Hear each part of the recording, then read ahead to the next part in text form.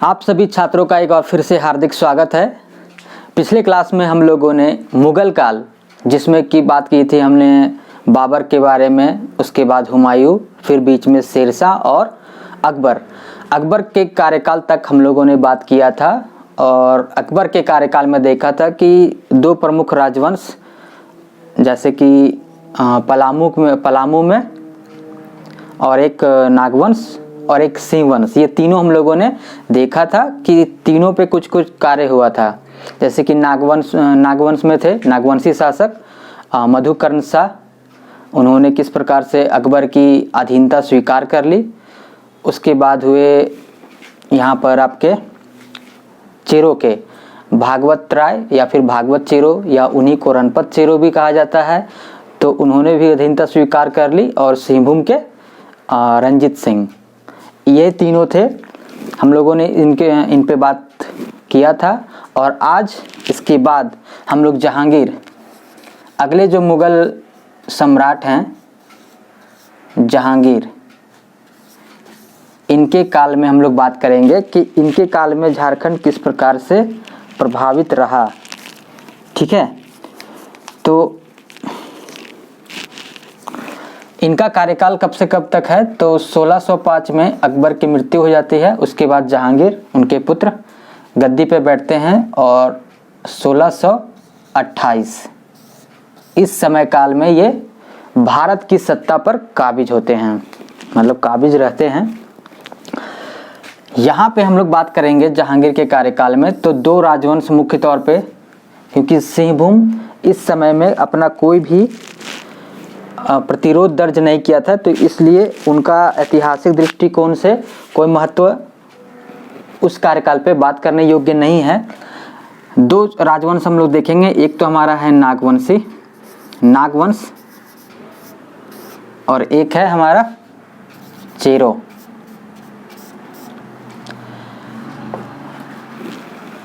ये आ गया हमारा 17वीं शताब्दी। 16वीं शताब्दी में ही खड़गडीहा राज्य, आप लोग के बारे शुरू दिन में ही बात हुआ था कि खड़गडीहा राज्य है एक, खड़गडीहा,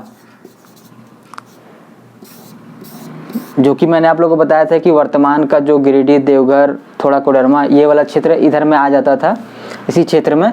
तो इसकी भी स्थापना 16वीं सदी में ही हुई थी और इसके संस्थापक थे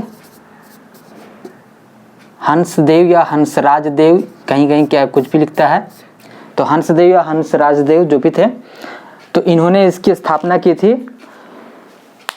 ये जो हम लोग जब पढ़ रहे हैं ना, तो इसके समय अवधि में इनका नाम लगभग ना के बराबर आता है, कहीं नहीं आता है इस राजवंश की, इसलिए इसका बहुत ज़्यादा महत्व नहीं है। अध्ययन की दृष्टि से कौन से हम लोग तीन राजवंश को लेकर के ही चलते हैं, नागवंश, चेरोवंश और सिंहवंश। तो सिंहवंश अभी आगे आएगा, तो वहाँ पे भी देख लेना है। फिलहाल में ये सिर्फ ऐसे पिछले ही शताब्दी का ही बात था, ये अकबर के कार्यकाल का, तो इसलिए यहाँ पे थोड़ा सा चर्चा हो गया। हम लोग फिर से आते हैं अपने पॉइंट पे, नागवंश और चेरो। तो नागवंशी शासक इस समय कौन थे, तो मधुकर्ण शाह जो अकबर के समकालीन थे, उनकी मृत्यु हो गई थी और उसके बाद नागवंश के शासक बने थे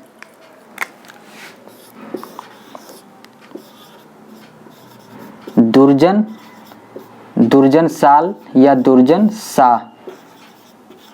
एक ही बात है, कंफ्यूज मत होइए कि दोनों अलग अलग आदमी हैं, अलग अलग नहीं है, एक ही है, दुर्जन साल या दुर्जन शाह। वो जो मधुकर्ण शाह को उठा के लेके चले गए थे ना, तो वहाँ से जब वो लौटे तो उसके बाद उन्होंने शाह पदवी धारण की, मतलब शाह लगाना स्टार्ट किया और उसी तरह ये क्रम में फिर आगे चलता भी रहा। तो दुर्जन साल, नागवंशी शासक दुर्जन साल, इनके बारे में आप लोग कुछ कुछ सुन रखे होंगे कि क्या क्या ये इन्होंने किया है।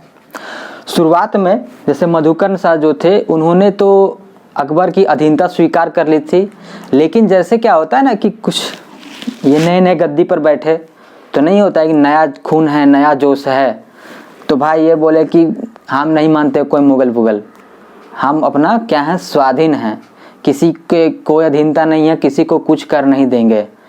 ऐसा नहीं कि जा कर के वहाँ नजराना पेश कर रहे हैं, भेंट कर रहे हैं, क्या बोल सकते हैं उसको, लीजिए हुजूर, लीजिए साहब, कुछ भी जिस टाइप का संबोधित कर सकते थे, जहाँ पना तो उस टाइप का वैसा कुछ नहीं कि हम भाई स्वतंत्र रहेंगे।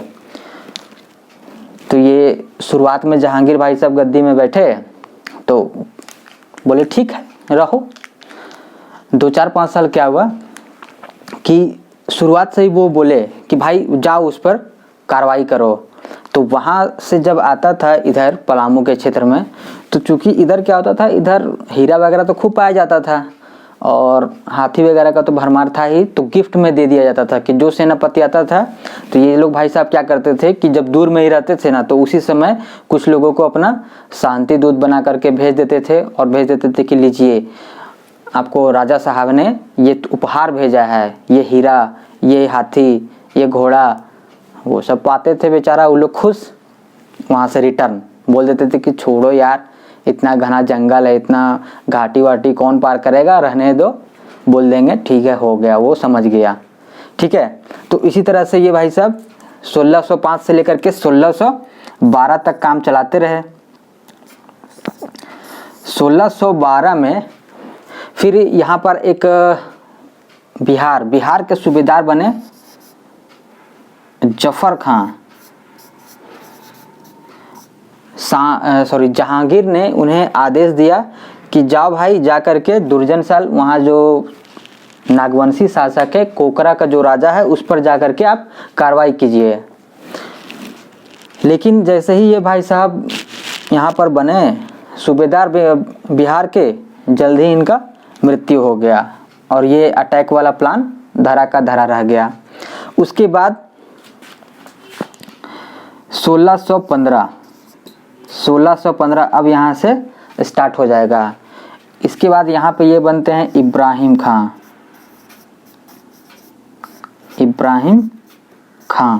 लेकिन इससे पहले ही एक बंगाल के सूबेदार थे इस्लाम खां, उन्होंने बिना सम्राट की अनुमति लिए ही इधर आ गए थे कार्रवाई करने। जब जहांगीर को ये चीज़ का पता चला तो उसे बहुत डांटे फटकारे भाई और उसे रिटर्निंग और ऑफिशियल तौर पे अधिकृत किया इब्राहिम खां को कि जाइए और अब जाकर के दुर्जनशाल पर कार्रवाई कीजिए। इब्राहिम खां आया तो दुर्जनशाल फिर वही पुराना दिमाग कि इसको भी कुछ हीरा और हाथी गिफ्ट भेज दिया। लेकिन ये भाई साहब लालच में नहीं पड़े, बोले नहीं इससे तो काम इस बार नहीं चलेगा, चलना तो पड़ेगा साथ में। और इसे कैदी बना लिए दुर्जनशाल को, और जो इनके लोग थे जो मतलब होते हैं क्लोज वाले, सबको उठा करके लेते चले गए मुगल दरबार। वहाँ भाई इनको सुनवाई हुआ और इसको भेज दिया गया दुर्जनशाल को ग्वालियर।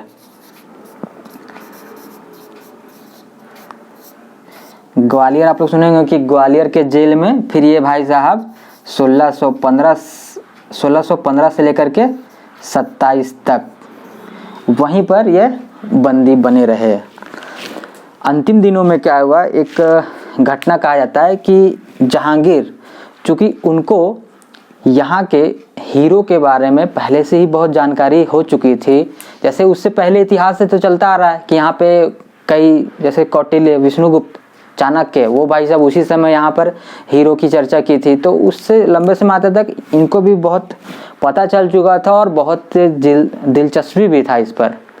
वो अपने उनकी जो जीवनी है उसमें उन्होंने मेंशन भी किया है इस चीज़ का कि यहाँ के हीरो के बारे में, कि यहाँ पे कैसे लोग प्राप्त करते हैं, कितना तरह का हीरा पाया जाता है। एक एक हीरा बोला जाता है कि हज़ारों का, लाखों का रहता था। तो इस टाइप का उन्होंने चर्चा भी किया है कि जब यहाँ पे कैसे यहाँ पे हीरा पाया जाता है कि जब पानी कम हो जाता है तो कुछ गड्ढे होते हैं, उस गड्ढों में, जिस गड्ढे में पानी भरा रहता है और उस पानी में जो झींगा मछली, आप लोग जानते होंगे झींगा, छोटा छोटा, वो जब घूमते रहता है ना, तो वो लिखे हैं कि स्थानीय लोगों को इसके बारे में पता था कि कहाँ पर हीरा है। तो वो वहाँ पर देखते थे कि जहाँ जिस गड्ढे में झींगा घूम रहा है वो समझ जाते थे कि यहीं पर हीरा है, और उसके बाद फिर उसको घेर के उसको लगभग गड्ढा किया जाता था और वहीं से फिर छोटा छोटा हीरा निकलता था, छोटा से लेकर के बड़ा तक। तो इसी दरमियान में क्या हुआ था, एक हीरा मिला जिसको कि यहाँ के सूबेदार ने मुगल को भेज दिया। अब जब मुगल को भेजा गया, मुगल सल्तनत को, मतलब जहांगीर को, तो वहाँ पे चूँकि वो था वो बैगनी कलर का आमतौर पर हीरा रहता था वो चमक के साथ सफ़ेद कलर का रहता था, लेकिन वो था बैगनी कलर का। तो इसलिए उसे कन्फ्यूजन हो गया और उसके दरबार में जितने लोग थे, जितने वो पारखी वारखी थे, वो सब सारे उसको परखने में फेल। उनके पारखी का कहना था कि बैगनी है, ये ओरिजिनल लग नहीं रहा है, इसका कीमत वही होगा, कितना होगा, 2-3 हज़ार होगा। हाँ, लेकिन अगर यही सफ़ेद होता तो इसका कीमत हज़ारों में जाता, 20,000, 25,000, 50,000। तो वो भाई साहब, उनको पहले से तो पता था कि भाई चूँकि ये हीरो के राजा हैं तो उनको बुलाया जाए कि वही परख के बताएगा, कि उसको जानकारी भी बहुत है दुर्जन साल को हीरा के बारे में, सो बुलाओ, वही बताएगा कि ये ओरिजिनल है या नहीं है। दुर्जन साल भाई साहब को बुलाया गया भाई दरबार में। तो वो देखे, तो वो देख करके तो समझ गए, वो बोले कि नहीं ये तो है ओरिजिनल। उसके पारखी बोले नहीं ये तो है डुप्लीकेट। तो बोले कि अच्छा ठीक है, दोनों में हो गया वाद विवाद। तो भाई जो सम्राट है वो बोलेंगे ना कि भाई अगर ओरिजिनल है तो तुम कैसे बोल रहे हो ओरिजिनल है, इसको प्रूफ करके बताओ। वो बोला ठीक है, उपाय है। ये भाई साहब बोले ठीक है, एक नकली हीरा लाया जाए। एक नकली हीरा आया और इधर ये बैगनी वाला हीरा। दोनों को क्या किया, 2 बकरे को बुलाया गया। दोनों बकरों के सींग में एक में मतलब नकली हीरा को बांधा गया और एक में ये ब्लू वाला जो था, बैगनी वाला जो हीरा था उसे बांधा गया। और दोनों बकरा को लड़ने के लिए छोड़ दिया। दोनों टकराया तो जो डुप्लीकेट वाला था वो टूट के बिखर गया और जो ओरिजिनल वाला था वो सही सलामत रह गया। इससे भाई साहब ये बड़ा खुश हुए जहांगीर। बोले वाह आदमी तो तुम बढ़िया हो जी, एक काम करो, उपहार के तौर पे तुम्हें क्या कहते हैं कि जाओ, तुमको तुम्हारा बंदी से तुमको रिहा कर देते हैं और तुम्हारा राज्यपाट भी लौटा देते हैं, और कोई मन में इच्छा है। तो ये भाई साहब अचानक से देखिए, वाह क्या हो गया भाई, अचानक से रिहा भी हो गए, वापस हमें अपना रियासत भी मिल गया। और बोल रहे कुछ और भी मांगना है। तो बोले हाँ मांगना तो है। वो पूछे भाई कि क्या। ये बोले बस मेरा 2 मांग है। पहला तो ये है कि मेरे साथ साथ जो अन्य राजा यहाँ पर बंदी रखे गए हैं, मेरे साथ साथ उन्हें भी छोड़ दीजिए। चूँकि छोटे छोटे सब राजा हैं, अपने अपने क्षेत्र में थोड़ा प्रभाव रखने दीजिए, बात बाकी आपकी अधीनता स्वीकार है ही। वो बोले चलो बहुत अच्छी बात है, सभी राजा को छोड़ दिया गया। बोले एक और डिमांड है। बोले वो क्या। वो बोले कि भाई क्या बोलते हैं इसको, कि आपके जो दरबार है यहाँ पर बंदी की तरह खड़ा नहीं, कम से कम बैठने का जगह दिया जाए। तो दोनों शर्त मान लिया गया, इनको बैठने का भी जगह दिया दिया गया। और इस तरीके से दुर्जन साल 1627 में रिहा हो गए और वापस अपने राज्य कोकरा बोल सकते हैं, मतलब झारखंड, वापस आए। ठीक है, ये हो गया 1627 तक का कहानी। ये वापस आए तो यहाँ पर आने के बाद क्या हुआ, इनका जो गद्दी 12 साल तक जो खाली था वो खाली ही रहेगा या कोई बैठ गया होगा। स्वाभाविक तौर पर है कि जब ये चले गए तो इनके जो सगे संबंधी जो रहे वो भाई साहब इनके गद्दी को हथिया चुके थे। और जो हथियाए थे, चूँकि वहाँ मुगल के पदाधिकारी भी थे, लेकिन उनसे भी अनबन हो रहा था और वो खाली नहीं करा पा रहे थे। लास्ट में ये भाई साहब रिटर्न आए और इन्होंने चढ़ाई कर दिया। दोनों में युद्ध हुआ और फिर जाकर के वापस ये राजा बन गए। लेकिन राजा बनने के साथ इन्होंने कुछ परिवर्तन भी किया। जैसे क्या हुआ कि जब इनके जो राजागण जो और भी थे साथ में वहाँ पे जेल में, उन्हें भी साथ में जो रिहा किया गया, वह जब वापस आए तो देखे कि भाई राजा का मतलब जैसा होना चाहिए महल उस टाइप का तो है नहीं, साधारण सा है।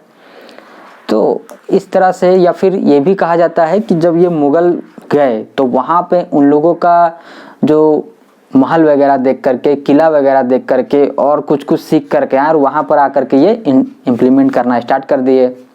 तो सबसे पहले क्या किए इन्होंने, दुर्जन साल ये भाई साहब क्या किए, राजधानी जो क्या था अभी तक था हमारा क्या, खुखरा, इसको बदल करके ले गए ये डोईसा बना दिए। और वहाँ पर एक बहुत ही अच्छा मतलब 5 मंजिला किला का निर्माण किया और उसका नाम रख दिया गया नौरत्नगढ़। नौरत्नगढ़ किला डोईसा वर्तमान में आप समझिए ये क्या सिसई आप लोग जानते होंगे, ये नौरत्नगढ़ किला के बारे में भी सुने होंगे, ये वही सिसई में, ठीक है, गुमला जिला। तो वहाँ पे उठा करके राजधानी वहाँ कर दी है। वहाँ करने के पीछे इनका कारण बताया जाता है कि जो डोईसा था वो सामरिक दृष्टिकोण से, सामरिक मतलब समझिए आप सुरक्षा के दृष्टिकोण से बहुत ही सुरक्षित था। कारण ये था कि वहाँ पर 3 तरफ से पहाड़ से घिरा हुआ था, 3 तरफ से जो पहाड़ी से घिरा हुआ है, और चौथे तरफ से वो दक्षिणी कोयल नदी, ये इस नदी से ये घिरा हुआ था। मतलब चारों तरफ से सुरक्षा का पुख्ता इंतजाम वहाँ हो गया कि जो अगर जो मान के चले जो ऊपर आता है पहाड़ी के पार या फिर पहाड़ी पे, वो हमेशा विन कंडीशन में होता है, क्योंकि जो ऊपर है अगर आक्रमणकारी आएगा तो वो नीचे से आएगा, और जो ऊपर है वो तो विन कंडीशन में है। अगर कोई आक्रमणकारी आ रहा है और अगर ऊपर से इतना बड़ा अगर पत्थर वहाँ से गिरा दिया जाए, कुछ भी कर दिया जाए, तो नीचे वाला सैनिक तो गया। तो इसलिए ये देखे कि नहीं, सुरक्षा के दृष्टिकोण से वहाँ बढ़िया है। राजधानी को सबसे पहले चेंज किया जाए। राजधानी को ये भाई साहब चेंज करके कहाँ ले गए, खुखरा से डोईसा। वहाँ बनाया क्या, नौरत्नगढ़ किला, जो कि 5 मंजिल वाला था। अभी वर्तमान में वह विखंडित होते जा रहा है और अभी वर्तमान में 3 मंजिला बचा हुआ है। एक काम तो ये कर दिए कि राजधानी को परिवर्तित करके क्या किए, डोईसा, ये पहला काम। दूसरा वहाँ पे क्या किए, वो दूसरा काम ये किए कि इन्होंने जो अपना वहाँ मुगल काल से देख करके आया था कि स्थापत्य कला वगैरह कि किस प्रकार से वहाँ नक्काशी किया हुआ रहता था, तो ये भी आकर के अपने महल में खूब नक्काशी करवाए, बड़ा बड़ा दरवाजा मतलब मोटी मोटी दीवार वहाँ पे दिलवाए ताकि वो किला मजबूत रहे। दूसरा चीज़ वो क्या करवाए कि अपने महल, जो किला है नौरत्नगढ़ का किला, इसके जो चारों ओर किला के, ये जो किला है तो इसके किला के चारों ओर चौड़ी चौड़ी बड़ी बड़ी गहरी खाई खुदवा दिए। खाई समझ रहे हैं, मतलब जो भी होगा फीट का लंबाई हमारी 50 फीट 100 फीट इस टाइप का गहरा खाई खुदवा दिए पूरा नीचे तक, और उसमें हमेशा पानी भरा रहता था। अगर आप कोई देखिएगा पहले जाकर के किला देखिए तो वहाँ पे आपको अक्सर दिख जाएगा कि जो मेन किला हुआ रहा करता था तो उसके चारों तरफ गहरा खाई खुदा हुआ रहता है और उसमें पानी भरा रहता है। और आने जाने के लिए देखिएगा एक इस टाइप का, अगर आप लोग रामायण अगर देखे होंगे तो वहाँ देखे होंगे लंका वाला कि कैसे दरवाज़ा उठा देता है, बस फिर कोई नहीं जा सकता है। तो जब भी निकलना होता तो वो उसको ऐसे पलट दिया जाता था और उसी के ऊपर सब आते जाते थे। लेकिन अगर दुश्मन अटैक कर रहा है तो उसको उठा देता था कि अब आएगा कैसे, घोड़ा हाथी सब तो उधर ही रुक जाएगा, तैर के तो पार होगा नहीं। तो इसलिए वो किया जाता था कि चारों तरफ से वो क्या किए, जल का गहरा खाई खुदवा दी और इसमें पानी भरा रहने लगा। तीसरा चीज़ क्या किए, वो अपने राज्य में, ठीक है, झरोखा दर्शन, वहाँ से जो देख के आए थे ना, झरोखा दर्शन देखे होंगे आप लोग फिल्म वगैरह में, राजा वगैरह आकर के ऐसे झरोखा दर्शन देखता था भाई, नीचे उनके जो प्रजा हैं वो रहते थे, वो देखे एक नज़र कि हाँ राजा जी आ गए, सारे खुश, फिर चले गए। तो उसी टाइप का झरोखा दर्शन का भी सिस्टम यहाँ पर, ये क्या नाम है, दुर्जनशाल, इन्होंने अपना स्टार्ट करवा दिया। तो ये सब देख कर यार थोड़ा उसी को फॉलो किए। तो यहाँ तक ये आप लोग देख रहे होंगे दुर्जनशाल। और दुर्जनशाल ये सब करते करते लास्ट में मतलब जब वो वापस आए जेल से छूट करके 27 में, और उसके बाद फिर से लगभग 12-13 साल मतलब 1639-40 तक ये शासन करते रहे, और 1640 में फिर इनकी मृत्यु होती है। अब इसके बाद हम लोग अगला देखेंगे शाहजहां में इनके जो उत्तराधिकारी होंगे, फिर वहाँ समझेंगे, क्योंकि जहांगीर का तो कार्यकाल पार और शाहजहां के शुरुआती कार्यकाल में भी ये शासन किए हैं 12 साल, ठीक है। तो यहाँ तक दुर्जनशाल के बारे में हम लोग देख लिए। जहांगीर में नागवंश के बारे में ये हो गया। अब आते हैं चेरो में। तो चेरो वाला क्षेत्र, पलामू चले जाइए, पलामू में हम लोग आ गए। तो पलामू में चेरो राजवंश। तो इस समय में यहाँ पे दो राजा हुए, एक तो हुए अनंत राय,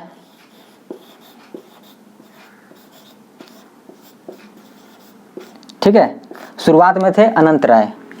तो अनंत राय के बारे में बोला जाता है कि बहुत ज़्यादा वैसा कुछ हुआ नहीं इनके साथ। जहांगीर राजा बने 5 में, और 7 में ये भाई साहब मतलब 1612 में अनंत राय की मृत्यु हो गई। अब जब अनंत राय की मृत्यु हो गई तो इसके बाद इनके उत्तराधिकारी के तौर पर राजा बने सहबल राय। सहबल राय, तो जैसा इनका नाम था बल वाला सहबल, तो उसी टाइप का ये देखने में भी थे, हष्ट पुष्ट, लंबे चौड़े, बलशाली, ठीक है। ये भी बोले भाई कोई मुगल फुगल को नहीं मानते हैं, ठीक है, किसी को कुछ नहीं देंगे, कोई कर नहीं देंगे, हम लोग अपना राज्य चलाएंगे और शांतिपूर्वक चलाएंगे, सभी प्रजा सुख शांति से रहेंगे। अब क्या होगा, जहांगीर भाई साहब 1612 से तो ये भाई प्लान बना ही रहे थे, इधर भी भेज रहे थे, तो इधर छोड़ देंगे। 1612 में भाई यहाँ भी भेजा गया कि भैया जाओ उसको उठा के लाओ। इनके सेना आए जहांगीर के और सहबल को, भाई सिंपल है, वो लोग चलता 10-10 हज़ार, 15-15 हज़ार, 20-20 हज़ार सेना लेकर के आए, इसको तुरंत हरा दिए सहबल राय को, और पकड़ के लेते चल गए मुगल दरबार। अब मुगल दरबार लेते चले गए तो इनके बारे में कहा जाता है कि जहांगीर जब देखा कि सहबल राय को, तो वो भी बोला वाह क्या व्यक्ति है, एकदम बलशाली, नाम जैसा सहबल वैसा इस पे भी पूरा बल, बोले एक काम करो देखें इसमें कितना है बल।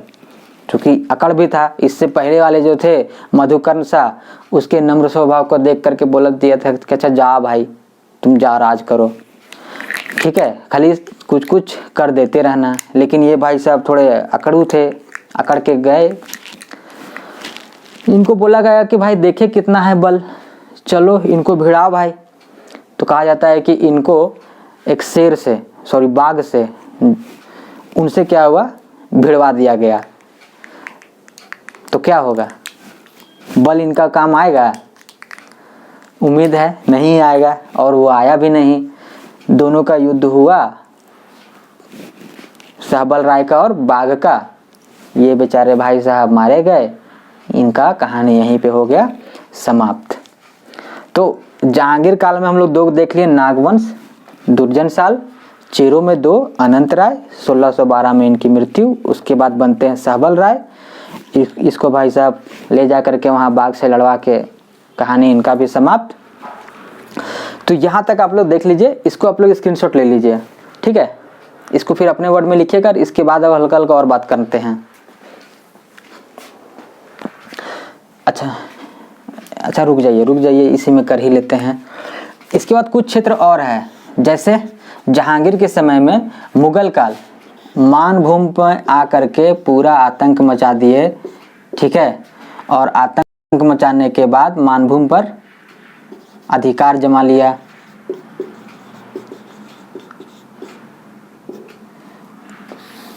मानभूमि के साथ साथ पंचायत पे भी आक्रमण करके पंचायत पर भी अधिकार कर लिए। सिंहभूम से वैसा कुछ हुआ नहीं, उन लोग चुपचाप से शांति से, जो मतलब अकबर के समय में जो मतलब संधि हुई थी उसी के अनुसार वो लोग कर देते रहे, और जहांगीर के साथ उनका कोई वैसा कुछ हुआ नहीं विशेष। एक क्षेत्र बचता है हमारा राजमहल। इसके बारे में देख लीजिए कि राजमहल को राजधानी बना के गए थे भाई साहब कौन, राजमहल को राजधानी बना के गए थे अकबर के सेनापति मान सिंह, ठीक है, 1592 में। ये तो राजधानी था, तो ये तो स्वाभाविक सा बात है कि अगर राजधानी उसे घोषित किया गया है तो वो तो केंद्र होगा। अब मुगल सल्तनत का एक केंद्र तो होगा, महत्वपूर्ण केंद्र बोल सकते हैं। तो इसी समय में जहांगीर पे पता नहीं हमेशा से भाई बड़ा प्रभाव हुआ करता था। वो तो आप सुनेंगे अनारकली डिस्को चली सलीम, यही न थे भाई साहब, ठीक है। तो इनके शासनकाल में जो नूरजहां थी उनका बड़ा मतलब दखल अंदाजी हुआ करता था। और पहले के ज़माने में कहा जाता था भाई कि महिलाओं को ये सबसे थोड़ा सा, अभी भी देख लीजिएगा, थोड़ा सा कमज़ोर ही माना जाता है। और इसी तरीके से जब दखल अंदाजी बढ़ गया तो इनके जो भाई साहब बेटे हुए खुर्रम, शाहजहां, अगले शासक, उनको ये बर्दाश्त नहीं था भाई। वो क्या किए, थे तो दक्षिण भारत में, आ गए राजमहल। और राजमहल में आने के बाद यहाँ के जो थे सूबेदार इब्राहिम खां, इसको क्या किए, यहाँ इन लोग का दोनों का राजमहल में हो गया झड़प। ठीक है, शाहजहां या खुर्रम जो कह लीजिए और इब्राहिम खां, दोनों में हो गया झड़प। तो दोनों में आखिर मरा कौन? इसके बाद तो शासक बनेंगे शाहजहां, तो शाहजहां तो मरे नहीं होंगे, मरे तो भाई साहब इब्राहिम, ये मर गए। मतलब 1622 का घटना है। उसके बाद ये भाई साहब टिक गए राजमहल में। ठीक है, और लगभग एक दो साल टिक ही गए यहाँ पर। तब जा कर के शाहजहां का भाई विवाद जो है, मतभेद जो है, वो जहांगीर के साथ समाप्त हुआ 24 में, और वो वापस दक्षिण भारत की ओर लौट चले। तो जहांगीर के कार्यकाल में इतनी सारी घटनाएं यहाँ झारखंड में हुई। तो इसे आप स्क्रीनशॉट लीजिए और आराम से लिख लीजिएगा। स्क्रीनशॉट ले लिए होंगे। अब इसको मिटाते हैं और अब बात करते हैं अगले शासक पे।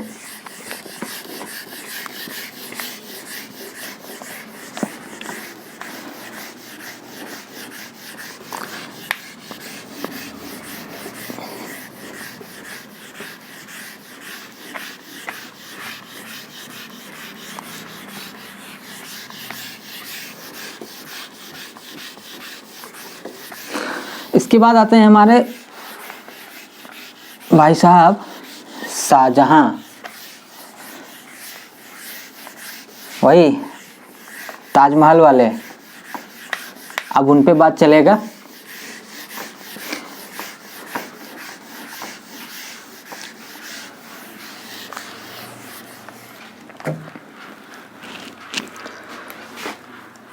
अब आइए शाहजहां पे।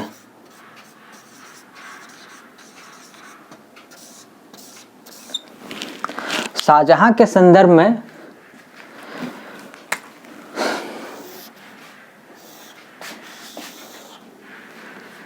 तीन चीज को देख लेंगे, तीन राजवंश पे। शाहजहां के समय में एक तो देखिए नागवंश,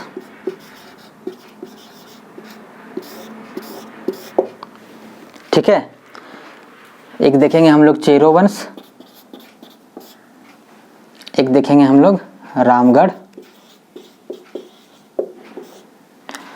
और सिंह वंश में इस समय भी वैसा कुछ खास हुआ नहीं।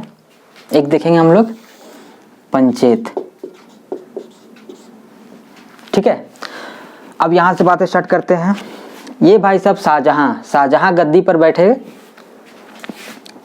1628 और कब तक रहे, 1658, 58,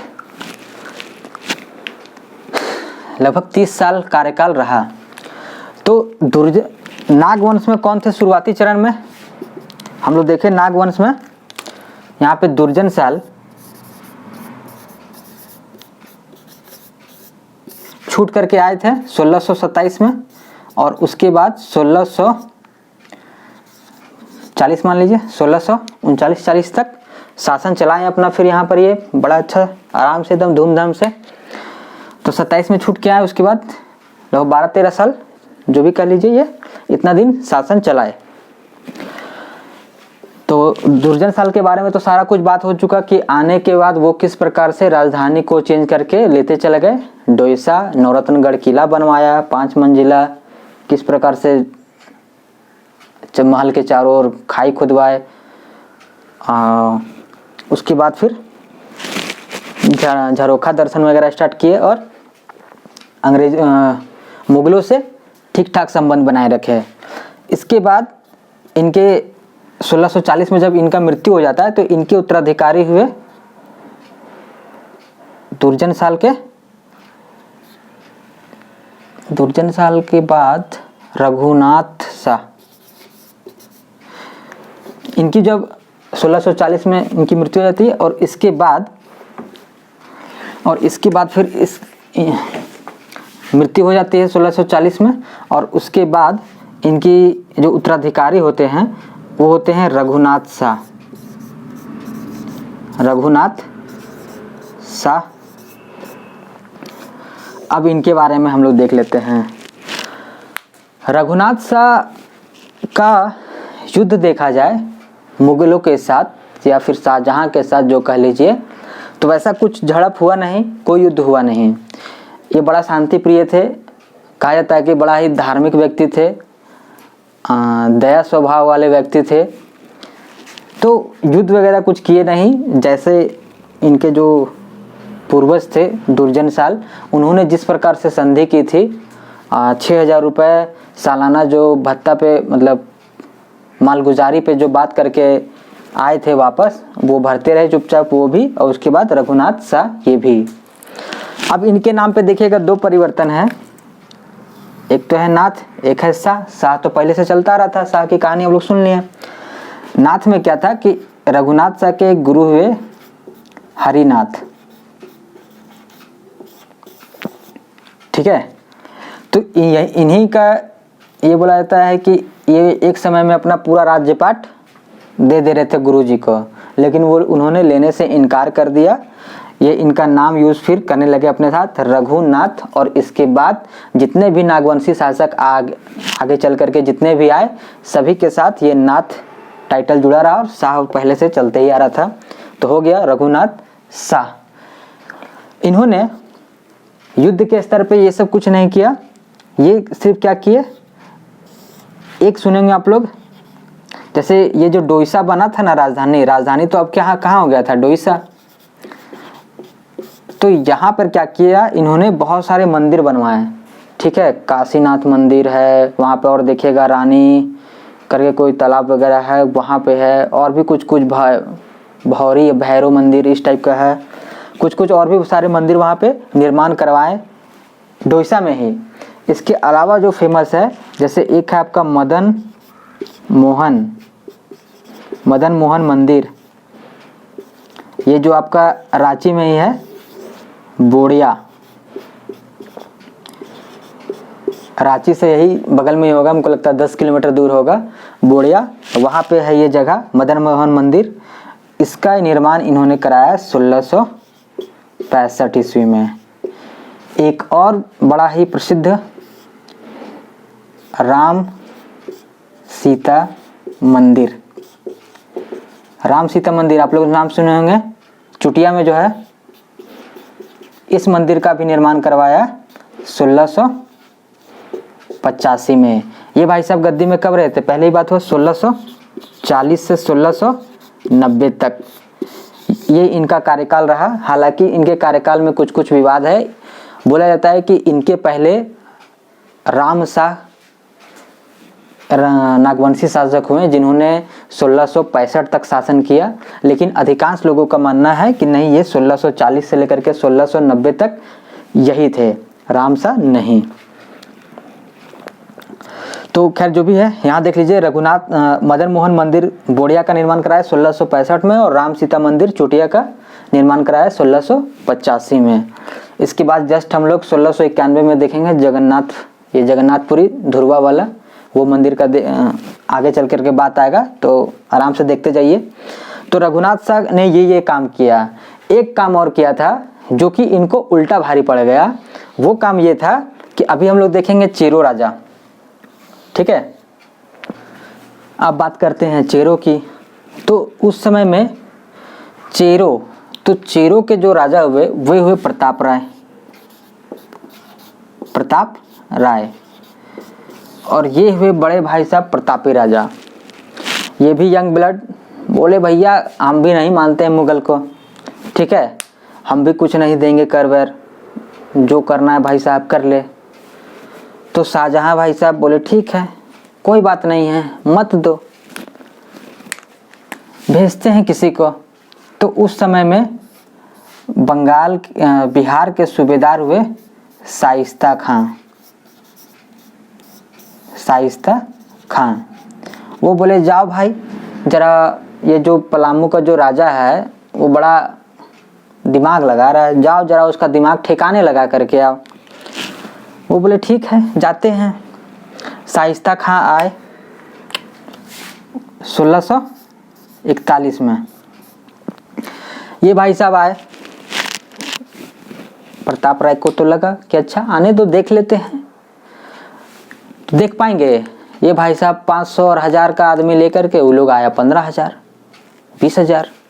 अब भाई साहब इनका हालत खराब, रोकने का कोशिश करे रुक भी नहीं करे, फिर रोकने की कोशिश करे रुक भी नहीं करे। तब फिर क्या हुआ, बोले ठीक है। लास्ट में क्या करते हैं, संधि पत्र अपने भेजते हैं अपने व्यक्ति को दूत बना करके कि जाओ भाई शाइस्ता खां को बोलो कि भैया हम लोग अधीनता स्वीकार करते हैं और साथ में 80,000 रुपये देने के लिए तैयार हैं।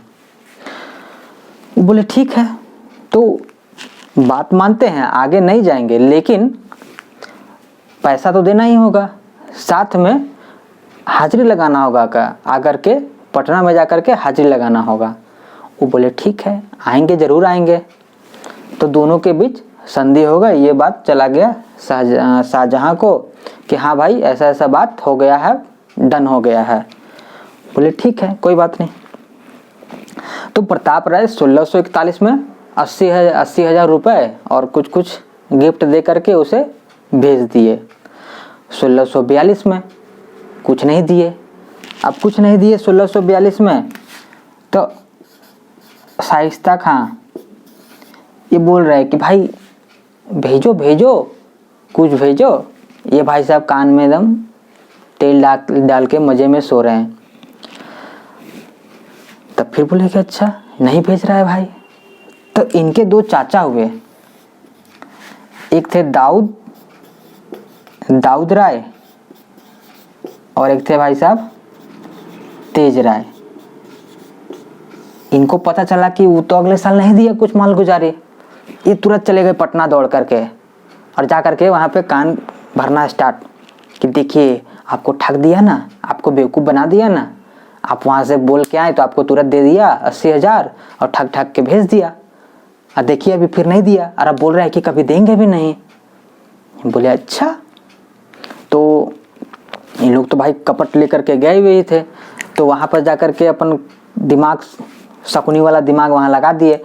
वो बोले कि हम लोग एक काम करते हैं, हम लोग जाते हैं, आप काहे के लिए मतलब परेशानी कीजिएगा, अब हम लोग जाते हैं और उसे बंदी बना करके आपके पास पेश कर देंगे, ठीक है, और वहाँ राज का काज हम लोग संभालेंगे और हम लोग बिल्कुल ईमानदारी से आपको प्रति वर्ष मालगुजारी देते रहेंगे।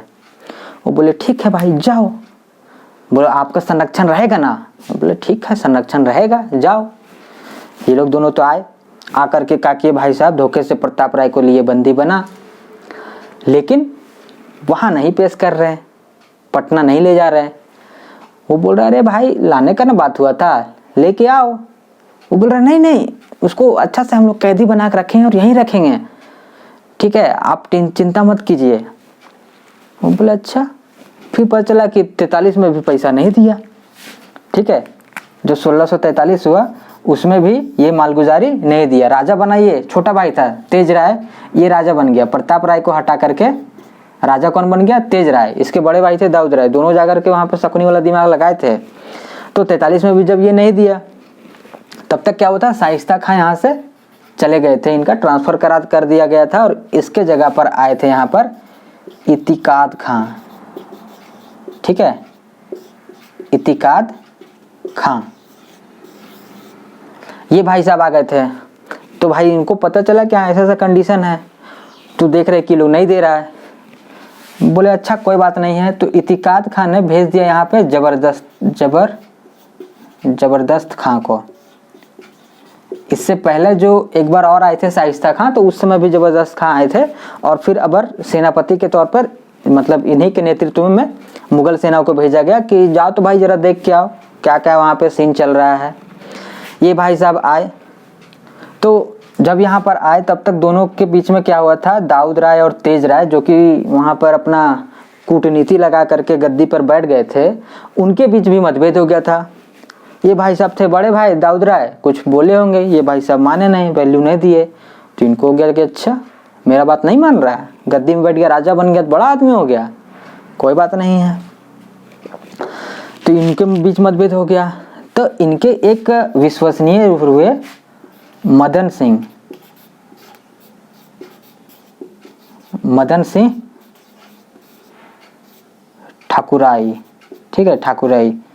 तो ये हुए, इनको ये इनके नेतृत्व में जबरदस्त खां से भिड़ने के लिए भेज दिया गया कि जाओ तो जरा वो लोग आ रहा है मुगल सेना, जा करके जरा उन लोग को रोको, उधर निपटा के भेजो वापस। ये भी भाई साहब फुल फॉर्म में कि अच्छा हमारे क्षेत्र में घुस रहा है, हमारे राजा के खिलाफ, रुको बताते हैं। वहाँ गए, ये बेचारा 50-100 आदमी लेकर के गए, वहाँ देखे कि बाप रे 15-20 हज़ार, इनका तो दिमाग खराब, दिमाग घूम गया। किसी तरीके से बेचारा इनका तो आधा सेना तो पार ही हो गया, किसी तरीके से जान बचा करके भागे। इधर आए, बोले अच्छा कितना धोखेबाज आदमी है भाई ये तेज राय, हमको भेज दिया मरने के लिए, अपने बोल रहा है कि जाओ मार के आओ, और अपने अंदर है यहाँ पर। तो इसका भी मतभेद हो गया, इसका भी मतभेद हो गया, और ये तो भाई मतभेद तो था ही, तो तीनों से हो गया। तो ये भाई साहब कहीं बाहर निकले हुए थे, तो ये दाऊद राय, मदन सिंह, ये सब मिलके क्या किया, प्रताप राय को वहाँ से रिहा कर दिए, कैदी बना करके जहाँ रखे थे वहाँ से रिहा कर दिए। अब जब ये निकले तो इन्होंने जबरदस्त खां को सूचना भेजा कि भैया उसे हटा दिया गया है और अब राजा मैं बन गया हूँ फिर से। तो अब जो है कि अब मैं फिर से 1 लाख रुपया देने के लिए तैयार हूँ, और साथ में आपकी अधीनता भी स्वीकार करता हूँ। तो जबरदस्त खां बोले कि नहीं, इस बार ऐसे तो काम नहीं चलेगा, पिछले बार भी बोला और फिर पलट गया, बोल चलना तो पड़ेगा साथ में पटना। ये आए थे फिर 43 वाला, ठीक है, तो बोल चलना तो पड़ेगा पटना। ये बोले कि ठीक है भैया चल लेते हैं।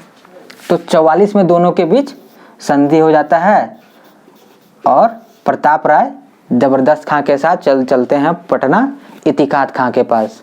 फिर वहाँ से फिर खबर जाता है शाहजहाँ को, शाहजहाँ बोलते हैं कि अच्छा चलो ठीक है, ऐसा ऐसा हो गया है, कोई बात नहीं है, मैनेज कर लो। और इसे प्रताप राय को बोलते हैं ठीक है शासन चलाने दो, और इन्हें 1000 मनसबदारी नियुक्त करते हैं या घोषित करते हैं, जो कह लीजिए। तो इस प्रकार से यहाँ पर कहानी चलता है, और फिर प्रताप राय गद्दी पर बैठते हैं, और शाहजहाँ के कार्यकाल में ये गद्दी पर आसीन रहते हैं। तो यहाँ हमारा हो गया नागवंश, प्रताप राय मतलब चेरो वंश भी हम लोगों ने देख लिया। अब देखते हैं हम लोग रामगढ़।